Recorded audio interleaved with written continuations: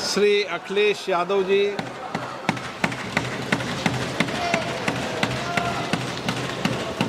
अध्यक्ष महोदय, मैं आपका धन्यवाद देना चाहता हूं कि इस महत्वपूर्ण विषय पे मुझे बोलने का मौका दे रहे हैं। मैं अपने साथी माननीय सदस्य गौरव गोगोई जी के से सहमत हूं। बहुत सारे महत्वपूर्ण उन्होंने बिंदु उठाए और अध्यक्ष महोदय,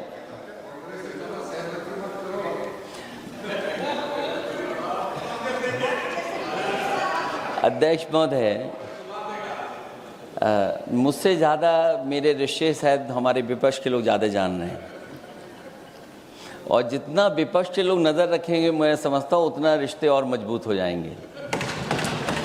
अध्यक्ष महोदय, मैं आंदोलन को बहुत दूर से देख रहा था और उस आंदोलन में जो जीत के बाद नारा लगा, एक नारा लगा अध्यक्ष महोदय, सरकार के खिलाफ नारा लगा कि सरकार को ये अहंकार था कि सरकार झुकती नहीं है, लेकिन उन्हीं नई पीढ़ी के लोगों ने ये वो नारा दिया कि झुकाने वाला चाहिए, सरकार भी झुकती है और सरकारों को झुकाना भी नौजवानों को आता है। सरकार झुकी और स्वीकार किया उन्होंने। जो करोड़ों नौजवान जो मांग कर रहे थे कि सबसे पहले जो मंत्री जी हैं वो इस्तीफा दें, और बिंदु दूसरे अलग हैं जो हम लोगों को जानकारी में मिल रहा है। अध्यक्ष महोदय, सरकार हर विषय पे स्वीकार किया है, लेकिन पता नहीं अध्यक्ष महोदय ये बात समझ में नहीं आ रही है कि सदन में उन आश्वासनों को क्यों नहीं रख रही है सरकार जो सहमति बनी है।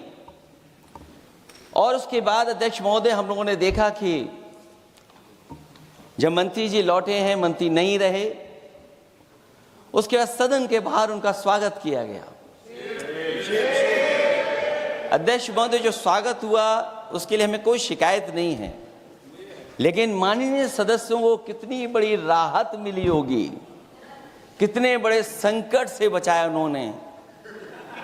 एक प्रधान जी को हटा करके प्रधानमंत्री बचा लिया आपने। और ऐसा अध्यक्ष महोदय आंदोलन किसी ने नहीं देखा जिस आंदोलन में नई पीढ़ी के लोग, कम उम्र के लोग निकल करके आ गए और जो नारे दिए गए। ये सरकार पिछले कई वर्षों से नकारात्मक प्रचार पर टिकी हुई थी, नकारात्मक राजनीति करती थी और न जाने कितने हजार करोड़ रुपए खर्च किए होंगे सरकार ने नकारात्मक राजनीति के लिए। लेकिन नई पीढ़ी को मैं बधाई देना चाहता हूं, उनके मनोबल को और उनकी एकता को, और जिस तरीके से उन्होंने प्रचार किया, अंततः सरकार को झुकना पड़ गया। भाजपा वचन नहीं देती, जुमला देती है। तो मुझे उम्मीद है कि सभी युवा नौजवानों का जो मांग की है उन्होंने, उन सभी मांगों को सरकार स्वीकार करेगी। और सरकार ये भी स्वीकार कर लिया होगा कि कोई दल मजाक में बना तो कितनी बड़ा दल बन गया। जो कोई चीज मजाक से शुरू हुई वो कितना सीरियस हो गई, और इतना सीरियस हुई कि हमारी सरकार लोकतांत्रिक हो गई कि जो उनको धरने पे बैठने दिया। सरकार लोकतांत्रिक थी कि उन्हें धरने पर बैठने दिया। हमने वो भी समय देखा है कि जहां पर धरने पर नहीं बैठने दिया, वर्षों वर्ष लोग बैठे रहे धरने पर, उनकी सुनी नहीं गई। इसी दिल्ली को घेरा था किसानों ने, और सरकार को लगा कि चुनाव आ गया तो सरकार ने तीनों काले कानून वापस ले लिए। जब सरकार घबरा जाती है, डर जाती है, तो सरकार स्वीकार कर लेती है। इसीलिए वो नारा मुझे अक्सर याद आता है कि झुकाने वाला चाहिए, सरकार भी झुकती है। जो विषय लाया गया है कि prevention of unlawful means act, सरकार को कम से कम ये बताना चाहिए था कि 2024 में जब ये लेकर के आए थे तो आज 2026 में कैसे पेपर लीक हो, और केवल गिनती के 1-2 पेपर लीक नहीं हुए हैं। ये ऐसा आंदोलन रहा जिसमें माँ बाप और नई पीढ़ी के लोग सब जुड़ गए। अगर हम ये माने कि 20 लाख बच्चों ने परीक्षा लिखी थी और उनके घर परिवार के सदस्यों को हम इसमें जोड़ दें, दादा दादी, माँ बाप और परिवार का कोई सदस्य, तो 5 लोग प्रभावित थे, और 5 गुणा 20, 1 करोड़ लोग नाराज हुए सरकार से। और अक्सर हम पॉलिटिकल लोग हैं, हम लोग जानते हैं जब कभी आंदोलन करते हैं तो कितनी तैयारी करानी पड़ती है, गाड़ियों का इंतजाम, खाने का इंतजाम और इंतजाम। लेकिन ये पहला आंदोलन देखा कि जिसमें माँ बाप भी जुड़ गए और कहा कि जाओ बच्चों आंदोलन करो, हम आपके साथ हैं। ये पहला आंदोलन ऐसा देखने को मिला है। और केवल दिल्ली में नहीं हुआ ये, केवल दिल्ली में नहीं हुआ ये। अगर ये बात गलत है, अगर ये बात अध्यक्ष महोदय गलत लग रही है, तो देश के होम मिनिस्टर साहब को ले आइए, वो सब एक्सप्लेन कर देंगे।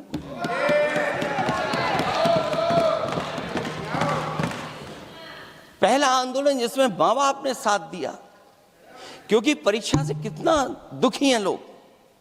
ये जो परीक्षाएं लीक हुई हैं, कई महीनों पहले ये किताब बना दी थी। और अध्यक्ष महोदय, जो लोग चढ़ावा चोरी नहीं बचा पाए, वो पेपर लीक कैसे बचा पाएंगे? जो भगवान के दरबार से दान गायब हो गया, दान चला गया, वो लोग पेपर लीक बचाएंगे? किस कानून को, जो कानून पहले बनाया उसी कानून का संशोधन करके लेकर आए? किसकी आंखों में आप धूल झोंक रहे हैं? और अगर कानून से बच रहा होता तो भाजपा की 10 साल की सरकार में 20 परीक्षाएं कैसे लीक हो गई? 20 परीक्षाएं लीक हुई अध्यक्ष महोदय, जिसमें कोर्ट तक जाना पड़ा, उसके बाद परीक्षा रद्द हुई है। दरोगा भर्ती का पेपर लीक हो गया, जूनियर इंजीनियरिंग के भर्ती का पेपर लीक हो गया, ग्राम विकास पंचायत अधिकारी का पर्चा लीक हो गया, नलकूप चालक भर्ती का, यूपी टीईटी का परीक्षा लीक हुआ। और एक बार नहीं हुआ, 3 बार पेपर लीक हुआ यूपी टेट का। हाई स्कूल बोर्ड का परीक्षा लीक कर दिया, इंटरमीडिएट की बोर्ड की परीक्षा लीक हुई, इंटरमीडिएट का फिर परीक्षा का लीक हुआ, कई बार हुई। सिपाही भर्ती लीक हुई। आप सोचिए कितनी परीक्षाएं लीक हुई हैं। और नीट परीक्षा कोई पहली बार लीक नहीं हुई, दोबारा लीक हो गई, कानून बनने के बाद लीक हुई। सहायक प्रोफेसर भर्ती लीक है, लेखपाल भर्ती लीक हुई। यूपी जैसे स्टेट, जो सबसे बड़ा स्टेट है, जहां से प्रधानमंत्री चुन करके आते हो, वहां तक पेपर लीक हो जा रहा है। और जो संस्था परीक्षा एग्जामिनेशन करा रही है, वो एनटीए में भी आउटसोर्स कर दिया आपने। हम विपक्ष के लोगों को तो डर ये लगता है अध्यक्ष महोदय, कहीं ऐसा ना हो कि ये पूरी सरकार को आउटसोर्स कर दें। आउटसोर्स सरकार है, जो सबसे विश्वसनीय संस्था है, उसमें आउटसोर्स पे आपने कर्मचारियों को रखा हुआ है। किस बात की जवाबदेही है? यही अकाउंटेबिलिटी है आपकी? कहीं अकाउंटेबिलिटी ये तो नहीं है? आप अकाउंटेबिलिटी को ये कहीं समझ बैठे हों कि अकाउंट को भर दे वो एबिलिटी वाला ही हमें चाहिए। कहीं वो अकाउंटेबिलिटी तो नहीं है? आप बताइए, एनटीए को आउटसोर्स किया हुआ है आपने। जिस संस्था की जिम्मेदारी है महत्वपूर्ण परीक्षा कराने की, उसमें सब आउटसोर्स। और ये सच कहा कि कांग्रेस पार्टी के हमारे सदस्य ने मांग की है कि वो हम लोगों को पता होना चाहिए आखिरकार कौन लोग थे जो आउटसोर्स होकर के बैठ करके परीक्षा में इस तरह की घोटाला कर रहे थे। आखिरकार जवाबदेही क्या है, किसकी थी? और फिर केवल नीट की परीक्षा की बात करें और परीक्षाओं की बात करें,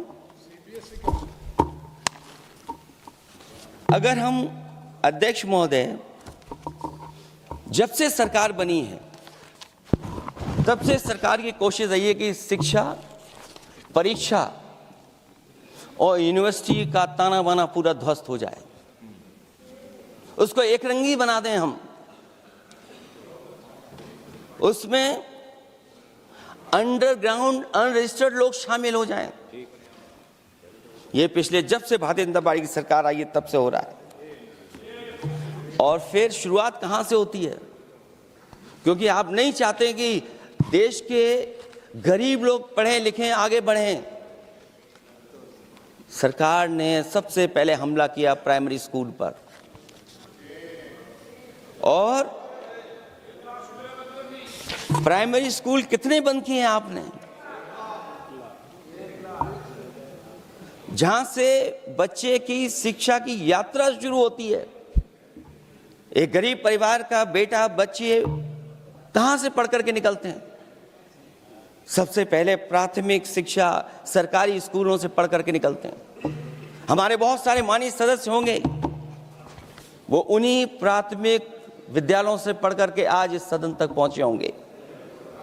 आपने सबसे पहले स्कूलों पे हमला किया,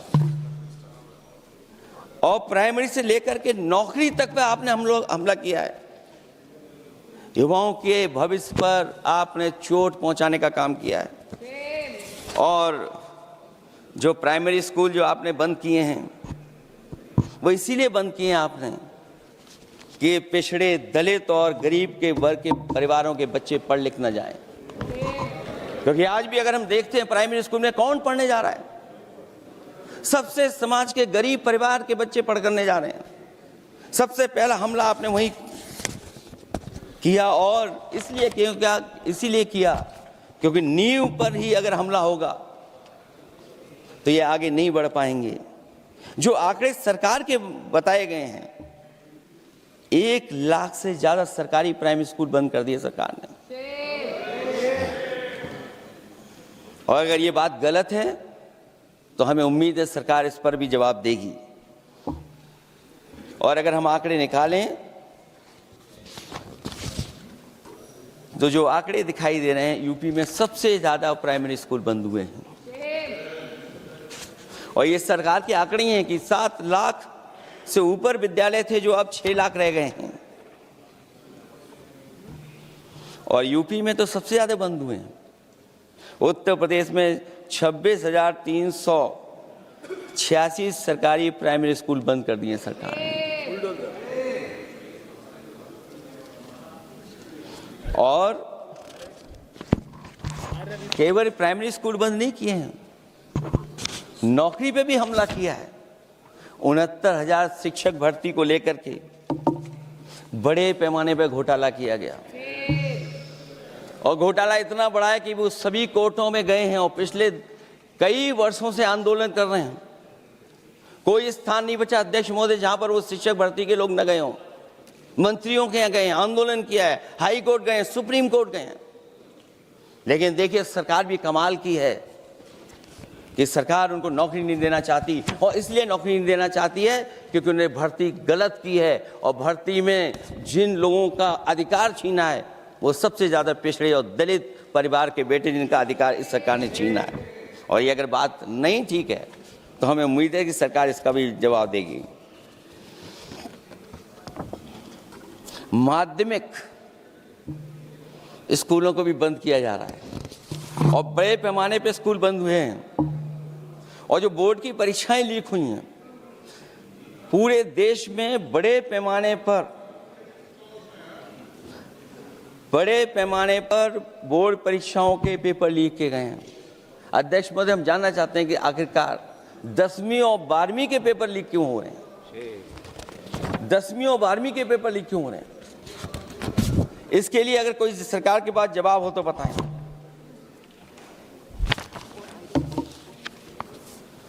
और जो बच्चों ने जान दी है नीट की परीक्षा में, जब परीक्षा का पेपर लीक हो गया है, अध्यक्ष महोदय, मैं अपनी तरफ से, पार्टी की तरफ से और सभी की तरफ से उन्हें श्रद्धांजलि देता हूं। और हमें उम्मीद है कि सरकार उन बच्चों की मांग मानेगी जिन बच्चों ने ये शर्त रखी है कि उनके परिवार के लोगों को 1 करोड़ मुआवजा दिया जाए। जब उच्च शिक्षा में जिस तरीके से भर्ती हो रही है, अध्यक्ष महोदय, जो उच्च शिक्षा की भर्ती है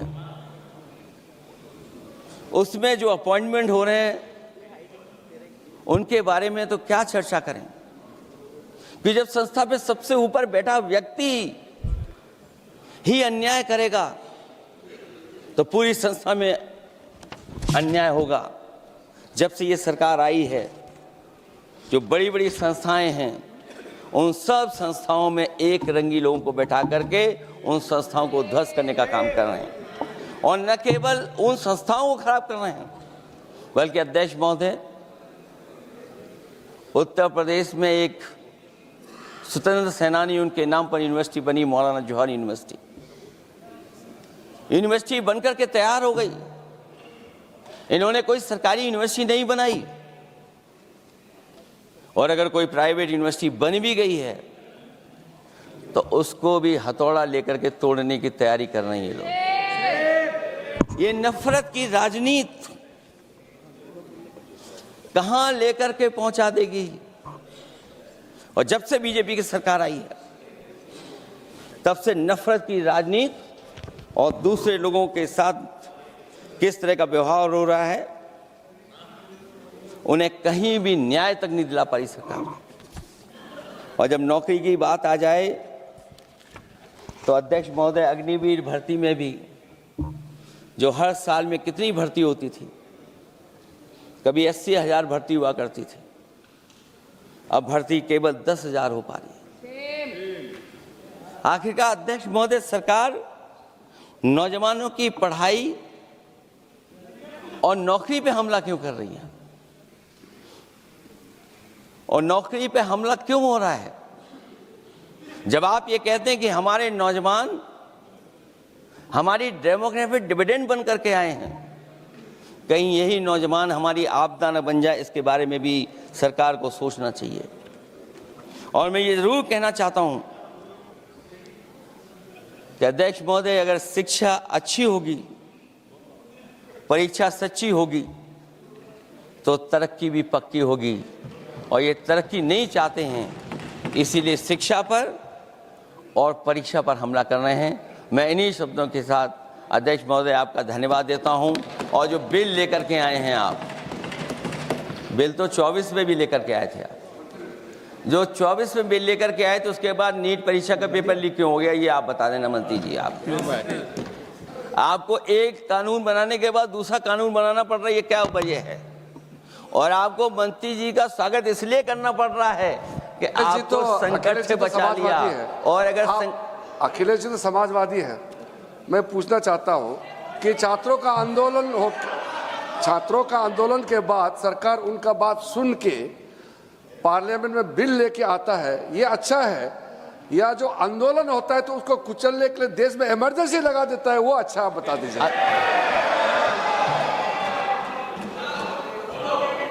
अध्यक्ष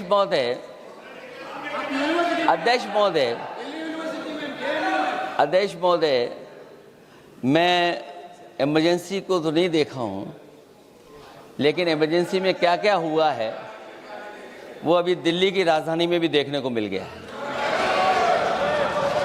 आंसू के गैस के गोले और लकड़ी में लगा हुआ कुछ कील का और कांटे की चीजें, उस समय करंट नहीं लगाया जाता था, इस बार करंट लगाया गया। तो ये इमरजेंसी के बराबर ही हुआ है हमला, कम नहीं है। इमरजेंसी से कम अन्याय नहीं कर रहे हैं आप लोग। और याद करिए अध्यक्ष महोदय, अगर इमरजेंसी इन्हें याद आ गई है, अगर इमरजेंसी अध्यक्ष महोदय इन्हें याद आ गई है, तो इमरजेंसी के बाद भी परिवर्तन हुआ था, और हमें भरोसा है कि इसके बाद भी परिवर्तन होगा। और अध्यक्ष महोदय, मैं आखिरी में कहना चाहता हूं,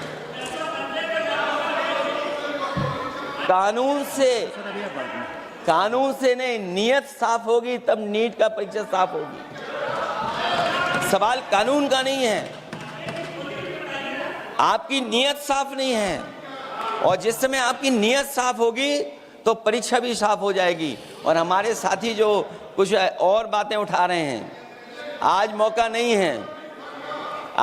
नहीं है लेकिन आपको भगवान भी माफ नहीं करेंगे, क्योंकि आप चढ़ावा चोरी में शामिल हुए हैं।